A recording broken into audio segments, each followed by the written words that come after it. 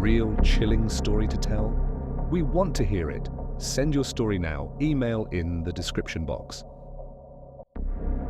It was the summer of 1972 in the city of Lexington, North Carolina, and 28-year-old Bonnie Bates Pritchard had just received the kind of bad news that would send most wives straight into the arms of a trusted friend, confidant, or family member. But Bonnie was not like most wives, so when her husband of 5 years suddenly walked out on Bonnie and the couple's 2 young children, Bonnie did what she had done ever since she was a little girl who had grown up on a farm in the town of Welcome, just 1 town over. Bonnie didn't talk about her feelings. She didn't threaten to make Steve Pritchard sorry for abandoning her and their 3.5-year-old son and 2-year-old daughter. And Bonnie also did not throw up her hands in despair over whether she'd be able to pay the mortgage on the new little ranch house the couple really shouldn't have bought in the first place, in fact, on that hot July day, as her husband headed off into the sunset with his latest girlfriend. Bonnie didn't even notify her parents that she was about to become the first person in the Bates family to get a divorce instead. As Bonnie walked back inside the house alone, she hid her hurt as best as she could from her children, Chris and Angela. And when she finally did have a few minutes to herself to really absorb the news that she was now a single mother, Bonnie did her best to be practical rather than self-pitying.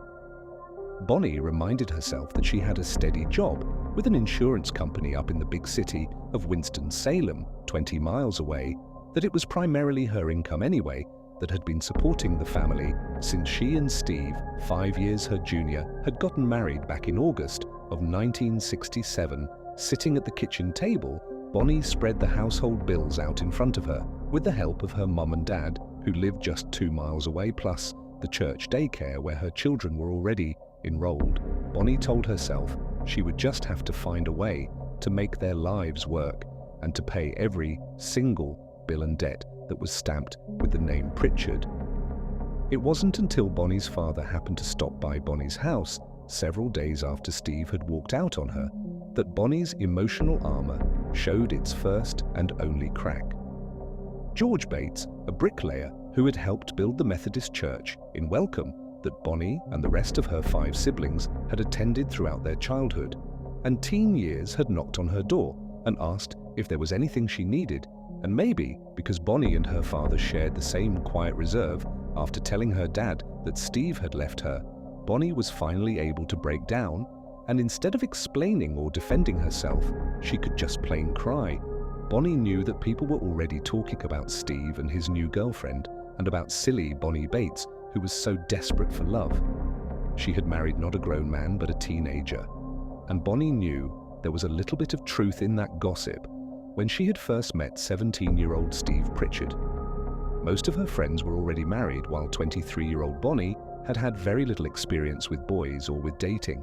But while Bonnie's family and her friends saw Steve as a smooth talker who was more interested in flashy cars than he was in working, Bonnie had been completely smitten with his big brown eyes and what she described as the handsomest nose in the whole junior class at West High School in Lexington. But if Bonnie worried that her father might respond to the news of her separation with "and I told you," so she was about to be pleasantly surprised, because George saw something in his daughter that most men, and even Bonnie herself, just often didn't notice.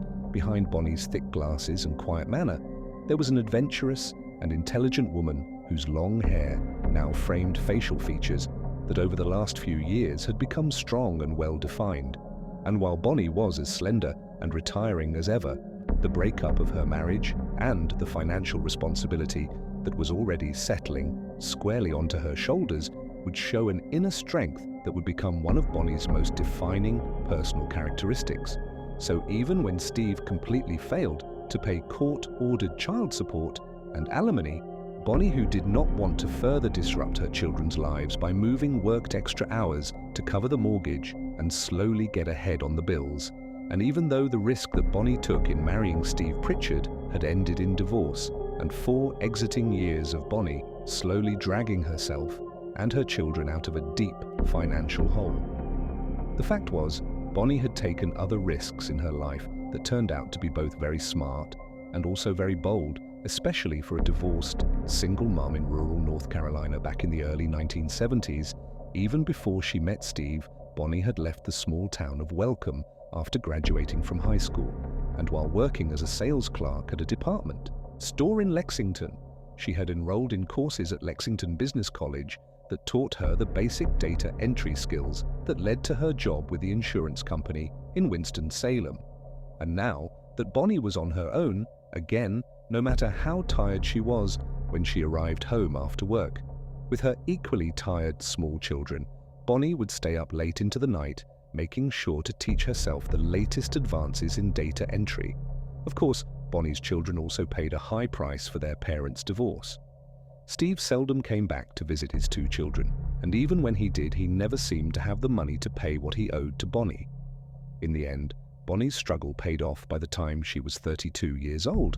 Bonnie was not only a supervisor at Intercon Insurance, she was also the only person at that level of management who had achieved that distinction, even though she did not have a college degree. But Bonnie's hard work also paid off in another way, one that she could never have dreamed of for herself, because in 1976, 4 years after Steve had left Bonnie and the kids, Bonnie was stunned to discover that she had attracted the romantic attention of one of IN's highly regarded financial executives. And not only was Leth Von Steen several big rungs above Bonnie at the insurance company where they both worked, to Bonnie he also seemed totally out of her reach socially. 1 year younger than Bonnie Lowe, was the only child of a very well-to-do family, and when Leth was still a baby, his parents had moved from Queens in New York City to North Carolina, where they became even more prosperous, once in Raleigh, the capital of North Carolina. Leth's father had partnered with his brother Leth's uncle in running a highly successful dry cleaning business, and by the time Leth was in high school, Camel City Laundry and Cleaners had become one of the most successful businesses of its kind in the entire country.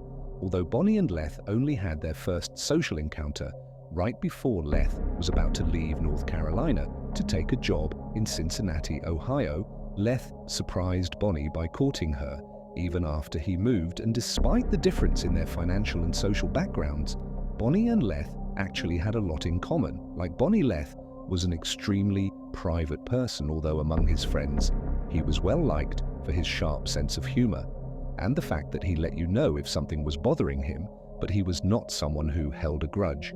And while Leth may have had more self-confidence and definitely more formal education than Bonnie, both of them seemed to be shy and reserved when it came to dating. But it turned out that Leth had seen in Bonnie the same qualities that were so apparent to her father and her family. Behind Bonnie's appealing but shy exterior, Leth found himself strongly attracted to Bonnie's keen mind, gentle disposition, and her dedication to her children and to her work. So a romance that had begun with Leth overhearing Bonnie ask a friend where to get a pair of boots for a Halloween costume would culminate 3 years later in marriage. Leth had started out by asking Bonnie if she wanted a ride to go get those costume boots, and by August 17, 1979, the couples were saying "I do." And right after exchanging those vows, Bonnie left her job at Intercon Insurance. Leth left his job in Cincinnati, Ohio, and after a short stop in Indiana, the new family had moved back to their home state of North Carolina there in 1981. 3 years after their marriage, Leth and Bonnie and their 2 children settled into a roomy 2-story home on Lawson Road in the small town called Little Washington. Leth had a top job as a financial auditor for a local yarn company called National Spinning, and over the next 3 years, Bonnie would also re-enter the workforce as a computer programmer analyst, and Chris and Angela would be enjoying the kind of comfortable upper middle-class life that had seemed so completely out of their reach when they had been children.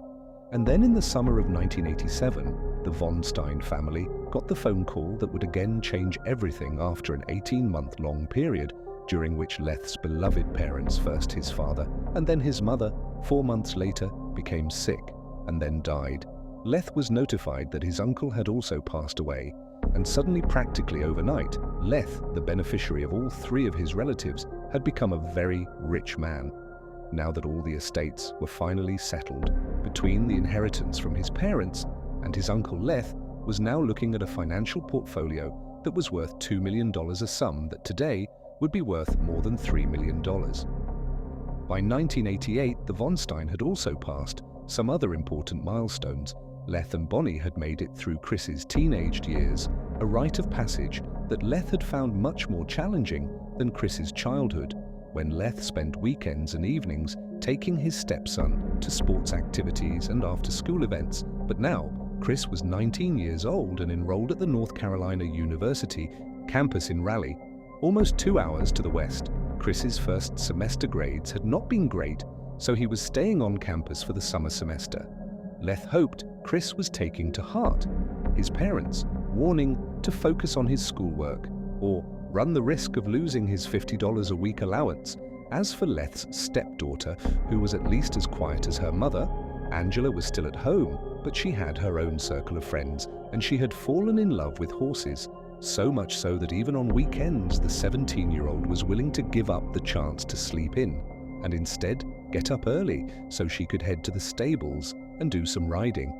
And so on the warm and cloudy evening of Sunday, July 24th, 1988, feeling like their life had not only improved, but was actually settling down in a way that would give Bonnie and Leth more time alone together, Leth and Bonnie decided to treat themselves to a small, celebratory dinner at Sweet Caroline's, a restaurant about 30 minutes away from their home that offered New Orleans-style cuisine, sitting in the dark, intimate dining room splashed with color from handcrafted quilts hung from the ceiling. The two of them enjoyed a wine and the beef and chicken. Sunday specials, Leth especially, was feeling happy and hopeful, even though Bonnie had often come along to keep him company. The 4-hour drive every weekend from Washington to Winston-Salem to take care of his mom and dad had taken a huge toll on Leth. He had gained weight, and he also knew he was drinking too much. Now he was looking forward to taking better care of himself. He was also looking forward to quitting his job at National Spinning and working with Bonnie on a computer program so they could manage their new investments together. Leth and Bonnie were also looking forward to doing a little traveling.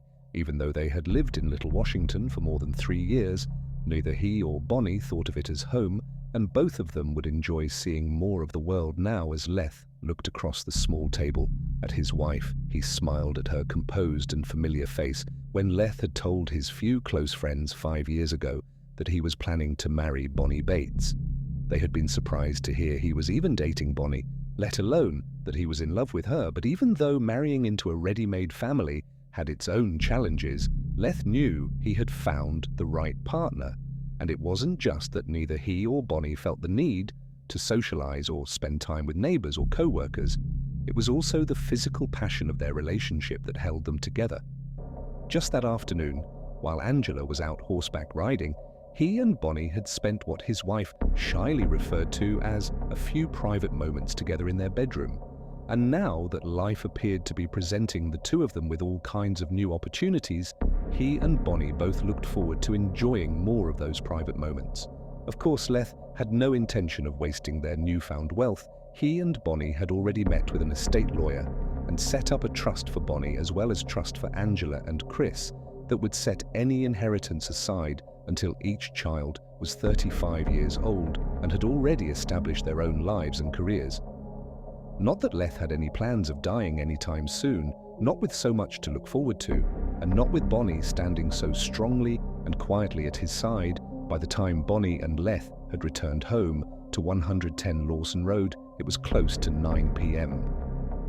The sky had cleared and was now lit by a bright moon. Once inside, Leth headed straight for bed, while Bonnie sat down on the sofa in the living room to watch TV 2 hours later at about 11 p.m. Bonnie went upstairs to join her husband in the master bedroom. On her way, she paused to say goodnight to Angela, who slept in the bedroom directly across the hall. Bonnie had to raise her voice to be heard over the hum of the fan that Angela kept running every night and the music Angela was listening to. But a few minutes later, Bonnie was back in the master bedroom, where she slipped into her nightgown before joining Leth in bed. An hour later, Bonnie had finished reading one of the R.O. romance novel she enjoyed, turned out the light next to her side of the bed, taken off her glasses and fallen asleep.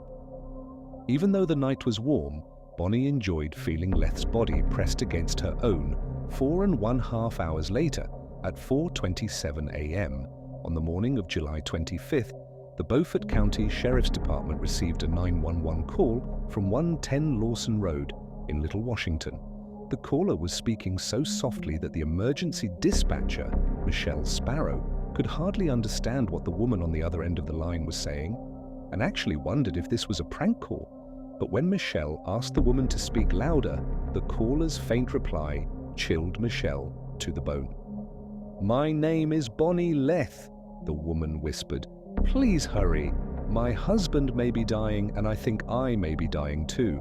Within minutes of Bonnie dialing 911, the first police and medical personnel had arrived at the neat white farmhouse on Lawson Road, and the sight of what lay behind the door of Theon Stein's master bedroom shocked even the most hardened and experienced of the first responders. The walls and ceiling of the bedroom were literally dripping with blood. Even before the medics checked for a pulse, it was clear that the stocky man on the bed, dressed only in his boxers, was dead with his swollen eyes and crushed skull. He was clearly the victim of one of the most gruesome and violent attacks that Beaufort County law enforcement had ever seen. But it was the person lying on the floor next to the bed who commanded the attention of medics and later police, because it was clear that whoever had just killed Leth Von Steen had also intended to kill his wife Bonnie. And from the look of the cuts on Bonnie's face and the 2.5-inch long stab wound in the center of her chest, that attempt had very nearly been successful. By the time Bonnie had been rushed to the hospital, she was already suffering the effects of a collapsed lung and massive blood loss. But even as medics raced to stabilize Bonnie's dangerously low blood pressure, one of the first responding police officers who had cleared the house of intruders had opened the door across from the master bedroom and found Bonnie's daughter Angela still fast asleep with a box fan positioned right next to her bed, blowing air directly onto the young woman. When Angela finally heard the officer's voice, she seemed to come fully awake, sitting up abruptly and wanting to know what happened. But what the officer would remember most about Angela was how little emotion she showed even after walking into her parents' blood-drenched room and talking briefly to her gravely injured mother just before Bonnie was rushed to the hospital. But if Angela's response seemed cold and distant, her brother's response was just the opposite. Just a few minutes after the call from Angela telling him that their stepfather was dead and their mum injured, Chris made a hysterical emergency call to the campus police at North Carolina University in Raleigh, unable to find the keys to the 1965 classic Mustang that Leth had given him on his 16th birthday. Chris desperately begged campus security for a ride back home to Little Washington, and by 8 a.m. Chris was standing next to his mother's hospital bed, holding Bonnie's hand and crying uncontrollably. Meanwhile, back at 110 Lawson Road, the two lead investigators in the case were already putting together their first impressions of the crime scene to 26-year-old local detective John Taylor. It seemed obvious that whoever had committed the crime had taken pains to make it look like a burglary, starting with a pane of glass in the back door that had been broken as though someone had reached through the opening to unlock the door from the inside. But whoever had broken the glass had chosen one of the panes that was so high above the inside door lock that it was impossible to reach down and actually unlock the bolt.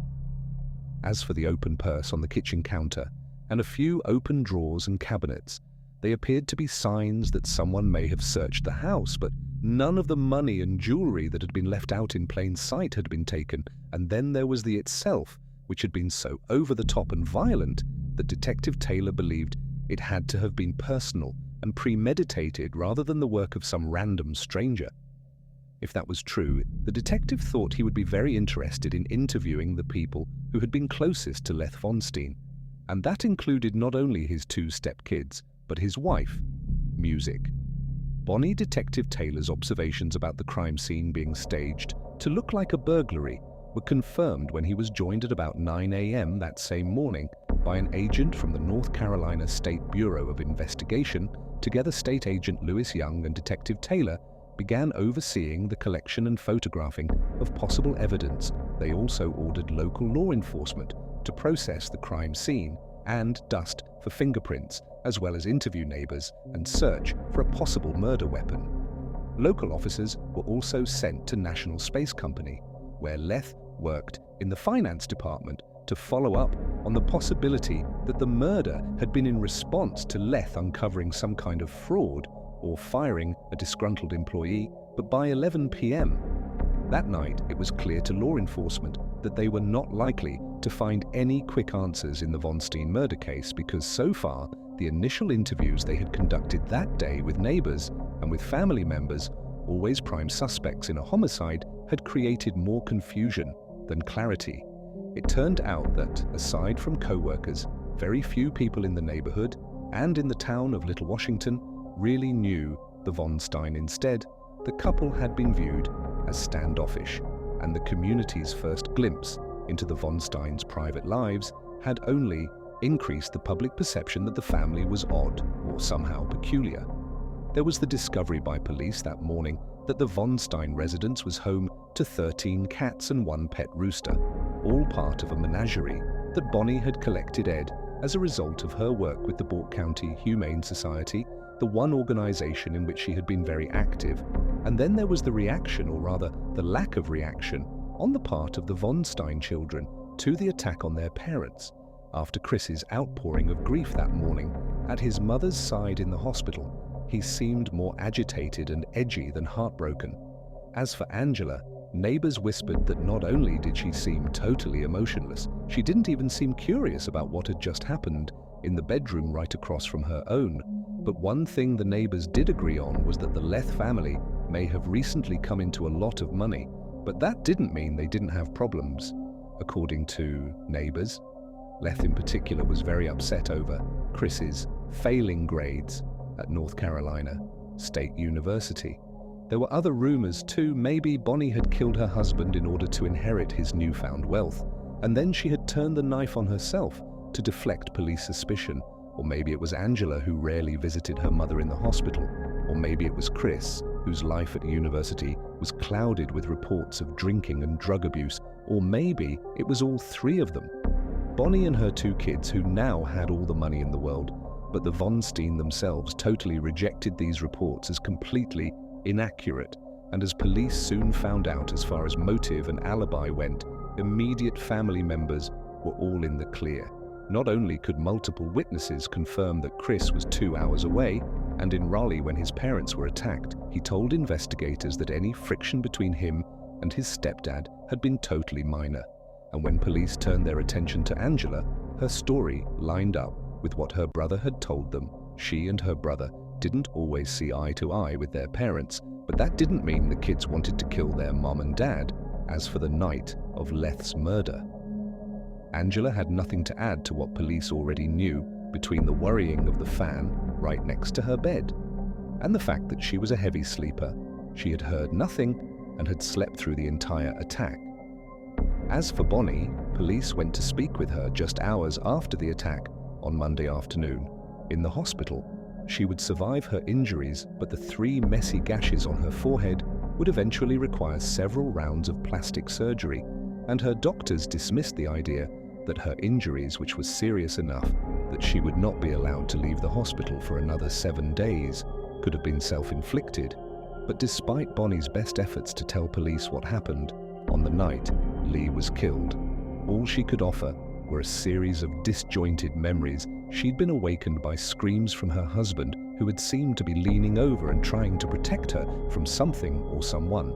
And the only image Bonnie had of their attacker was that she thought it was a man with bulky shoulders who had been swinging a club of some kind.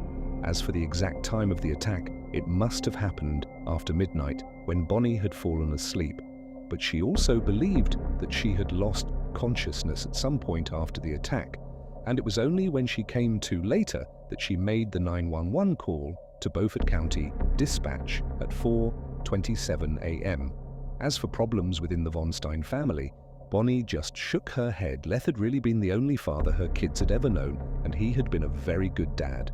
Yes, Bonnie told police, of course, there had been arguments, but even the very worst of those between Leth and Chris had never resulted in any physical violence. And even though Bonnie was pleasant and cooperative with investigators throughout the interview, it was also clear that she was frustrated that police seemed to be focusing their suspicions on her and her children, because to Bonnie, that just didn't make any sense. Someone had obviously intended to kill her as well as Leth. And now that the murderer had failed, what if they came back and tried again? And even worse, what if this person also tried to hurt her kids? So even as Bonnie told police that she understood that they had to rule out family members from their suspect list, what she really wanted to know was what other leads police were pursuing in their hunt for her husband's killer. And it wasn't until the evening of the next day, Tuesday, July 26th, almost 48 hours after Leth had likely been killed, that local police had an answer to Bonnie's question. It would turn out that just minutes after Bonnie's 911 call, in the early morning hours of Monday, July 25th, Washington police had also received another call reporting suspicious and possible criminal activity in that same area while driving his pickup truck along Grimes Land Bridge Road, just a mile west of the Beaufort County line. A tobacco and hog farmer named Noel Lee had been surprised to see a fire burning out in the middle of nowhere, maybe 8 feet off the side of the deserted stretch of road he was traveling as a former volunteer fireman. What caught Noel's attention was the fact that the flames, which burned so brightly and shot straight up into the air, had to have been fueled with some kind of accelerant after making sure that the fire had no chance of spreading in the wet, swampy surroundings. Noel put in a call to the Little Washington Police Department. Maybe it was nothing the farmer reported, but he knew it had to have been arson, meaning someone had set this fire on purpose in the uproar over Leth's murder. Noel's report did not make it onto Detective Taylor's desk until almost 2 days later, but by 11:30 p.m. on Tuesday night, the investigator and several officers were out on Grimes Land Bridge Road examining the site of the fire. And that's when investigators got their first important break in the Von Stein murder case, poking through the charred remains of the fire detective. Young found a partially melted hunting knife with a 6-inch long blade. The fire may have destroyed any fingerprints or traces of blood, but the medical examiner would later confirm what police already knew. They had just found their murder weapon, and that wasn't all. In addition to several pieces of burned clothing and a sneaker, police also discovered a singed but still readable hand-drawn map of Smallwood, the exact neighborhood where the Von Stein family lived. And right there on a road clearly labeled Lawson was an X next to the house numbered 110 police. Now had several new and critical pieces of information, assuming the fire had been deliberately set by Leaf's murderer. In an effort to dispose of any evidence related to the crime, the map police found confirmed that attack on the Von Stein was definitely not a random burglary. And since the murderer had apparently needed detailed directions to find the Von Stein's house, the murderer probably wasn't from Little Washington. But even using the clues they had uncovered in that fire, it would still take police another 11 months to track down the person who had murdered Leth Von Stein. And during that time, the physical and mental health of the Von Stein family deteriorated after getting discharged from the hospital on August 1st.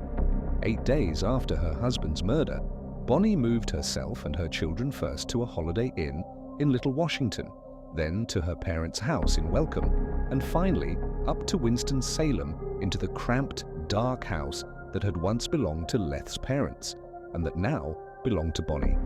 Meanwhile, Bonnie continued to suffer adverse effects from her injuries, and Chris dropped out of North Carolina State University. Angela's attempts to move on with her life also failed when she enrolled and then withdrew from a small college in southwest Western Virginia.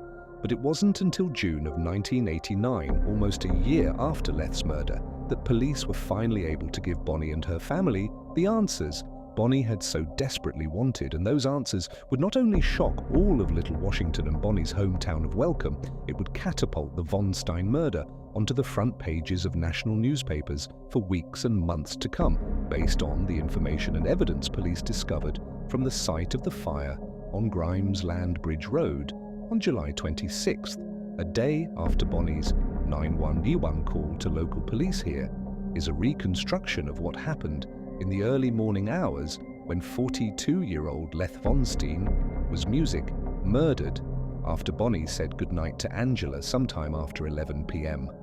On the night of Sunday, July 24th, she walked back into the bedroom she shared with Leith and changed into her nightclothes.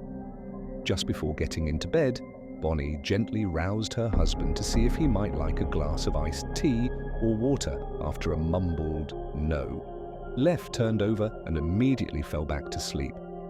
After reading quietly for 30 minutes, Bonnie took off her glasses, turned off her bedside light, and she too fell fast asleep. Meanwhile, the killer had made their own preparations for the night, packing a baseball bat and hunting knife into a green canvas knapsack. And now at 2:30 a.m., the hand-drawn map spread out on their lap had led the killer directly to their target here in the town of Little Washington. They had actually arrived a little earlier than expected, so for the next half hour, the killer just sat in their car and absently fiddled with the key to the back door of 110 Lawson Road, and they made a mental review of the inside of the house. The killer didn't think getting in or out of this house would be a big problem, and sure enough, about 30 minutes later, dressed in dark clothes and carrying the green knapsack. The killer made no sound as they slipped inside the back door, and just as quietly made their way up the stairs to the first bedroom on the right. If need be, they would kill the girl named Angela too. It all depended on the next few minutes, and whether or not she slept through what was about to happen. Stepping across the threshold into the master bedroom, the killer paused, allowing their eyes to further adjust to the dim moonlight shining in through the partially curtained windows. Then the killer took a deep, steadying breath and gripped his weapons first, the bat, then the knife, he told himself, and then feeling ready, he stepped forward and got to work. By the time Bonnie woke up to the sound of her husband's short, piercing screams, Lee was sitting up in bed in the minutes that followed. The assailant would hit Leith at least 5 times in the head, with the baseball bat causing deep skull fractures and multiple cuts and gashes. The assailant would also strike Bonnie in the head and sides, including a blow aimed at Leith that would break Leith's wrist and fracture Bonnie's thumb, along with cataloguing defensive scrapes and bruises. The medical examiner, who would later conduct the autopsy on Leith's body, reported a total of 7 stab wounds in Leith's upper back and shoulder, and 1 stab wound to the left side of his chest that had completely punctured his heart throughout the attack. Bonnie was aware only of a single dark figure at the foot of the bed, striking her and her husband again and again, and with each blow and each downward plunge of the hunting knife, another spray of blood spattered across the walls, the bed, the floor, and the ceiling at least twice during the attack. Bonnie lost consciousness, and the last image she had of the attacker was when she woke up on the floor next to the bed, and the assailant was standing at her feet.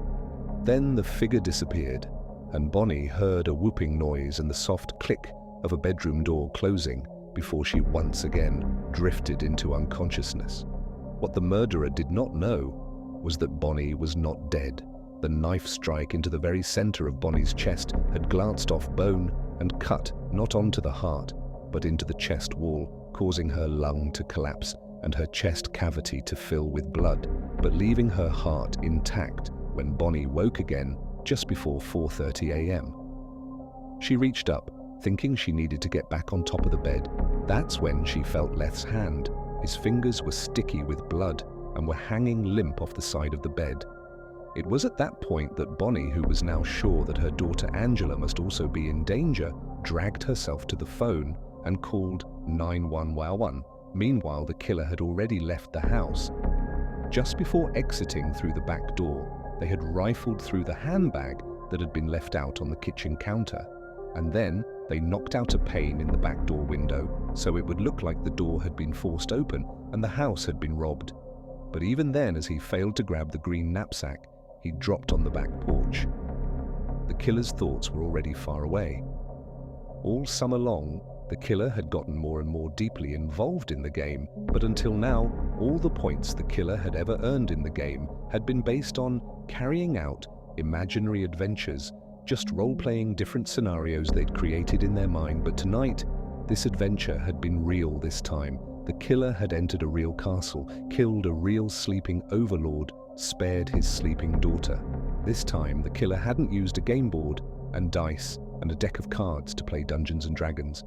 This time, the killer had brought their favorite all-consuming game to life.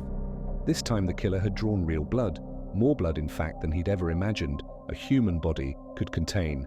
As the killer slipped into the waiting car, he imagined Chris Pritchard's face when he told Chris all the details, because the killer had just done exactly what Chris Pritchard had wanted him to do, to kill Chris's stepfather and mother, James Upchurch III, known to good friends like Chris. As Moog turned to look at the young man next to him in the driver's seat, gripping the steering wheel, the driver, 21-year-old Neil Henderson, shot a questioning look back at Moog. Neil had recently dropped out of North Carolina State University in Raleigh, but Moog and Chris had invited him to join them in their conspiracy to kill Chris's parents, promising Neil a payment of anywhere between $2,000 and $20,000 in a moment. Neil had his answer, pulling off his black ski mask, his face alive with excitement. Moog punched the air with a balled fist. "I did it," he told Neil. "I can't believe I did." It would turn out that by the end of his second semester at North Carolina University in Raleigh, Chris Pritchard wasn't just getting bad grades. In fact, Chris's problems were much worse. Since arriving at college, Chris hadn't just become a heavy drinker, he had also become a habitual drug abuser. A habit that was costing him more than he could possibly cover, using the $50 a week allowance he got from his parents, Leth and Bonnie, while his parents did not know the extent of their son's alcohol and drug addiction, which now included marijuana, ecstasy, cocaine, and LSD. They had given Chris an ultimatum: he either used his summer semester to clean up his act and improve his grades, or his parents would stop his allowance, and he would have to leave college and find a job. But by the start of that summer semester, Chris had discovered something else at college that was just as addictive as the alcohol and drugs, along with two other boys on campus. Chris had become obsessed with the complicated and immersive role-playing game called Dungeons and Dragons, which Chris had first started playing back when he was 12 years old. And living at home, first introduced in 1974, Dungeons and Dragons allowed players to create and assume the identity of adventurers from all different historical periods, races, and occupations. Each game had a dungeon master who would act both as a referee and storyteller, and by completing various adventures and challenges, each player could earn so-called experience points that would allow them to move to higher and higher levels within the game. The theme that James Upchurch III, Neil Henderson, and Chris Pritchard chose for creating their adventures was medieval swords and sorcery, a theme that had its roots in the life and times of people who lived in Europe during the Middle Ages, as the boys spent more and more time together playing the game. Chris had also begun bragging to Neil and James about how rich his stepfather had recently become, exaggerating the amount of Leth's inheritance from $2 million to $10 million. And by mid-July of that summer semester, Chris and Moog, who was a dungeon master, had moved from role-playing adventures in Dungeons and Dragons to actually plotting the best way to murder Chris's parents and sister, so Chris could inherit all that money and share it with his good friends, Moog and Neil. Their first plan, which they tried to put into action on Saturday, July 23rd, was to drug the Bonstein with sleeping pills and then start an electrical fire that would burn down the house at 110 Lawson Road and kill Leth, Bonnie, and Angela. But that plot failed completely when Chris and James were unable to crush the fuse box and start the fire. Still, that failure didn't stop Chris. By the very next day, he and Moog had come up with a better plan. This time, Chris would stay at college and create an airtight alibi for himself, while Neil used Chris's white 1965 Mustang to drive Moog, who did not have a valid driver's license, down to Little Washington, so Moog could kill Chris's parents instead of sleeping pills and arson. Moog would kill Chris's parents and possibly Chris's sister Angela using a baseball bat along with the knife that Chris had purchased for the job at a Kmart in Raleigh. No one would suspect fact Moog and Neil played any part in the murder, since neither one of them had any obvious connection to Mr. and Mrs. Von Steen, and all Chris had to do was get them a key to the Von Steen house, draw them a map, of exactly where his parents' house was located, then make sure that during the time of the murder, he was seen by plenty of people playing cards in a friend's dorm room until 3:30 a.m. on the morning of Monday, July 25th. Once Moog had committed the murder, he and Neil would stop somewhere on their way back to Raleigh and get rid of the murder weapons and any other evidence, including the map that could tie any of them to the crime. As for Angela, if she woke up during the attack, then James should kill her too. And once Chris received word at university that his parents were dead, he would cover for the absence of his car, the classic white Mustang that had been a gift from his stepfather, by saying that he could not find the car keys and needed a ride from campus security to join Angela and his injured mother in Little Washington. Chris would later say that he was happy his mum survived the attack, but friends and neighbors would tell police that instead of asking how Bonnie was doing after the attack, the questions Chris was asking everybody was what had Bonnie said, what had Bonnie seen, and what did Bonnie remember about her attacker. As for his co-conspirators, Neil and James, aka Moog, as soon as Chris got his hands on his parents' money, Moog would get $50,000 and a brand new Porsche sports car as payment for killing Chris's parents, and Neil would get a nice payday as well, except that under the terms of Leth's will, neither Chris or Angela would be able to touch any of their parents' money until they were 35 years old. And as it turned out, the murder might have gone unsolved, except for two things: the report of the fire that led to the discovery of the murder weapon and map, and a decision by Little Washington police back in March, 7 months after the murder, to reinvestigate all aspects of the crime, because from the start, the more police saw and learned about Chris Pritchard, the more certain they were that regardless of his alibi, Leth's stepson must have been involved in Leth's murder. That new investigation included running the name of Chris Pritchard's friends up in Raleigh through a national criminal database to see if any of them had criminal records. That search turned up the name of James Upchurch, the third aka Moog, who had been arrested on 3 previous occasions, once for breaking into his local high school with friends and stealing some electronic equipment, and 2 other times for stealing a cooler of beer and for driving without a license in following. That new lead, investigators began a more systematic interrogation of this core group of 3 friends who had started to spend every waking hour together playing the potentially violent game of Dungeons and Dragons. And as the pressure on the 3 boys increased and Chris's mental health declined, investigators believed it was only a matter of time before one of them broke down and confessed to some involvement in the Von Stein murder. And that is exactly what happened. On June 9th, 1989, almost 11 months after Leth died, Neil Henderson cracked in exchange for a plea deal that would minimize his prison sentence. Neil met with investigators and described Chris's plot in detail, while also insisting that he, Neil, never really believed that Moo would actually go through with the murder. Neil wasn't the only conspirator to strike a plea deal with the Beaufort County District Attorney's Office in exchange for testifying against James Upchurch, the third aka Moog, Chris Pritchard, who admitted it was his idea to kill his parents, and possibly his sister, also agreed to plead guilty to aiding and abetting murder. Chris would eventually tell his shocked and heartbroken mother that he had been so strung out on drugs and so lost in the fantasy world of Dungeons and Dragons that when he planned her murder and the murder of the one man she had ever truly loved. Chris, who had dropped 19 tabs of LSD in the month leading up to the murder. LSD is a hallucinogenic drug, felt it would be better to kill his parents than face their disappointment when they learned just how badly he was doing in school and in life.